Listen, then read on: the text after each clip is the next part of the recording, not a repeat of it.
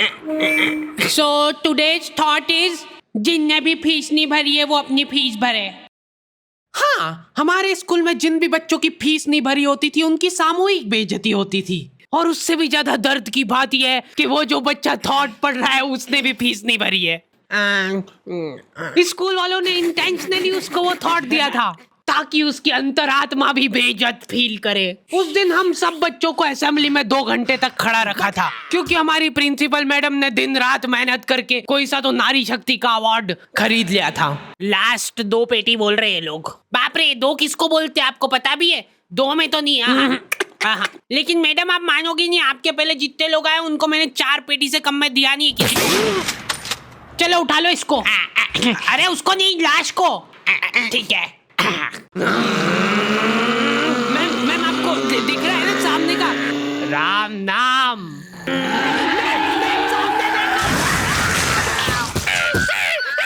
उस दिन हमारे स्कूल में अवार्ड के सेलिब्रेशन के लिए अलग तैयारियां चल रही थी। तो और मतलब पढ़ाई लिखाई कैसी चल रही है अपने फिर? हैं कुछ हेल्प वगैरह लगेगी क्या?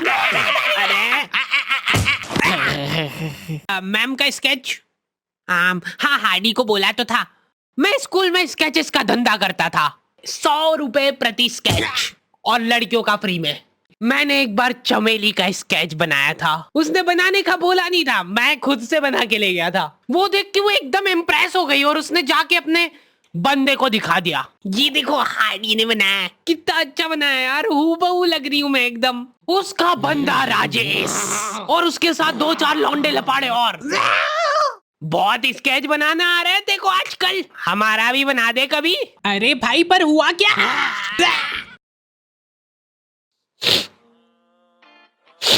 मैं रोते हुए एक ही चीज सोच रहा था कि ऐसा क्या गलत कर दिया यार मैंने।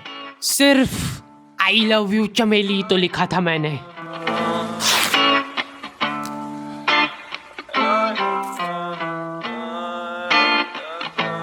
नाम तेरा है ही क्या मुझको तो खबर नहीं, गलतियां ये सारी उन रातों की है। जिंदगी तो चल रही मैं मगर थमा हुआ, शायरी ये सारी मेरी बातों की है। नाम तेरा है ही क्या मुझको तो खबर नहीं, गलतियां ये सारी उन रातों की है। जिंदगी तो चल रही मैं मगर थमा हुआ, शायरी ये सारी मेरी बातों की है। ये क्या बना के लाए हो? मिट्टू लग रहा है एकदम। निकलो।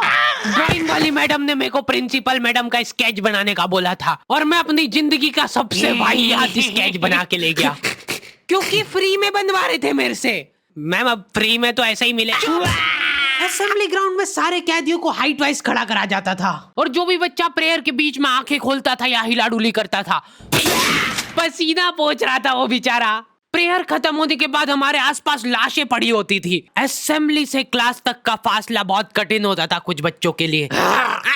ओए रोक इधर, तेल क्यों नहीं डाला? सर वो मेरे घर पे जो कोई भी तेल लगा के नहीं आता था उसको घसीट के काल कोठरी में फेंक देते थे लोग और वहीं पे 25 लीटर वाली सोयाबीन तेल की केन उसके ऊपर ढोल देते थे। सर मैं कल बेचारे बच्चे फिर भी जैसे तैसे अपने क्लासरूम तक पहुंच रहे हैं और वहाँ पे टीचर के आते पते ही नहीं है। उनकी अलग मीटिंगें चल रही है ऑफिस में। अच्छा चलो बताओ कि अपन इन बच्चों को और किस तरीके से लूट सकते हैं। मेरे पास एक आइडिया है। देखो अपन क्या है कि एक प्रोजेक्टर लगवाते हैं एक ही क्लास में।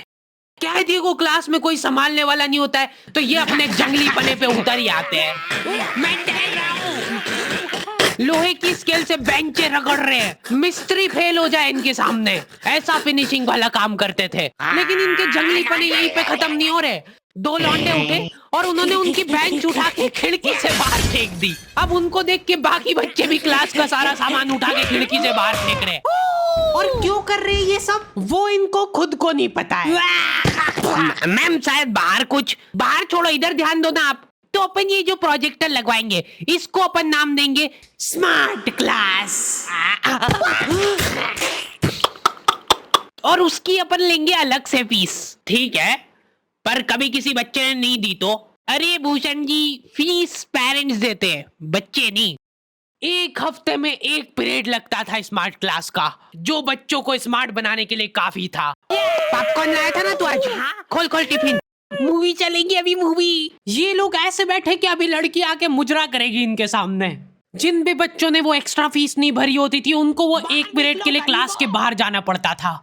ये सब हरकतों में ही 10-15 मिनट निकल जाते थे। उसके बाद टीचर आके जैसे ही प्रोजेक्टर चालू कर रही है उसकी आधी स्क्रीन जने कहाँ सीलिंग पे ही चढ़ रही है। तो अब उस स्क्रीन को फिक्स करने के लिए एक एक्सपर्ट आदमी को बुलाया जाता है। हाँ सही सोच रहे हो भूषण।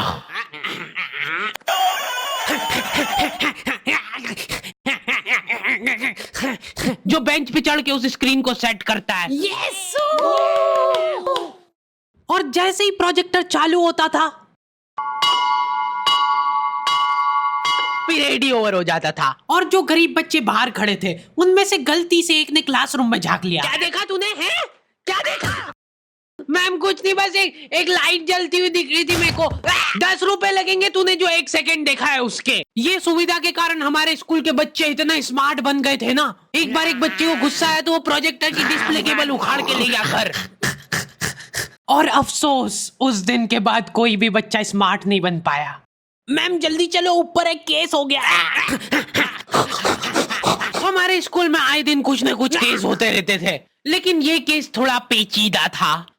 हमारी क्लास के किसी बच्चे ने लव लेटर लिखा था चमेली को और वो लग गया टीचर के हाथ। तो ये अब केस बन चुका है पूरे स्कूल का। सारे टीचर लोग अपने काम धाम छोड़ के उस मुजरिम को पकड़ने में लग गए। जो टीचर लीव लेके छुट्टी मनाने गए थे वो आधे रास्ते से पलट के आ गए थे। ये सर आ गए। बेटा सही सही बता दो किसने लिखा है। अब ये 10-15 टीचर लोग आपस में डिस्कशन कर रहे हैं। सर आपने लिखा है तो बता दो, अपन बात दबा देंगे। फिर इन्होंने एक और एक्सपर्ट टीचर को बुलाया। बेटा सुन लो, मैं शकल देख के बता देती हूँ एक बार में कि कौन है मुजरिम। तुम बाहर जाओ। हाँ तुम भी बाहर जाओ। तुम भी। क्लास में सिर्फ 4 लड़के बचे जिनमें से एक मैं हूँ। बाकी सभी बच्चे इसके शक के दायरे में थे। उन सभी बच्चों को काल कोठरी में ले जाके टॉर्चर किया जा रहा था। बोल दे बेटा क्यों लिखा है। इधर मैडमों को अलग चीजों की टेंशन हो रही थी। इसने चमेली में मात्रा तक गलत लगाई है। अरे रुको, इसका बाप भी बोलेगा सच। बोल दे बेटा क्यों लिखा था। बस हाँ बोल, तूने लिखा था। बोल। सर हाँ सर मैंने हाँ नहीं लिखा। सर हमने नहीं लिखा। चुप। बोल सच बोल। अभी भी मौका है, बोल दे कि तूने लिखा सर। मरना ही आज मतलब तुमको। मुंह खोल। ऐसे तो ये कसाई मार डालेगा सारे बच्चों को। साइड करो इसको, मैं जा रही हूँ। अरे मैम सबने सच बोल दिया है। इन सभी ने मिल के लिखा है। हाँ sir, very good very good. चलो अब साइड हो जाओ। ये क्या, किसने मारा मेरे बच्चों को? पानी पियो बेटा, लो पानी पियो। लेकिन उसके पहले मेरे को बताओ कि तुम में से किसी ने लिखा है या नहीं। इधर इनकी क्लास में अलग इन्वेस्टिगेशन चल रही थी। बेटा देखो, अगर तुमको आपस में भी किसी पे शक हो तो तुम लोग बता सकते हो खुल के, किसी से डरने की कोई जरूरत नहीं है। इतने में राजेश उठ के बोल रहा है, मैम मेरे को हार्डी पे शक है। तो पहले क्यों नहीं बताया? उसके बाद ये लोग मेरे को ही पकड़ के ले गए। अभी देखो मेरी शक्ल पता है थोड़ी सी ऐसी बोली टाइप है, तो मेरे को बचपन से ही उस चीज का एडवांटेज मिला है। जैसे किसी बच्चे से लड़ाई हो गई, सर इसने ही मारा है मेरे बच्चे को। नहीं ये नहीं मार सकता यार, इसको जरूर किसी ने फंसाया है। कुछ भी बोलो यार, लेकिन मेरे को नहीं लग रहा यार कि ये हो सकता है मुजरिम। बेटा सच बताओ, तुमको किसने फंसाया है? बेटा देखो, अगर किसी ने तुमको फंसाया है तो उसका नाम बताओ। डरो मत, घबरा मत, सिर्फ नाम बताओ। हाँ बेटा, डरने की बिल्कुल बात नहीं है।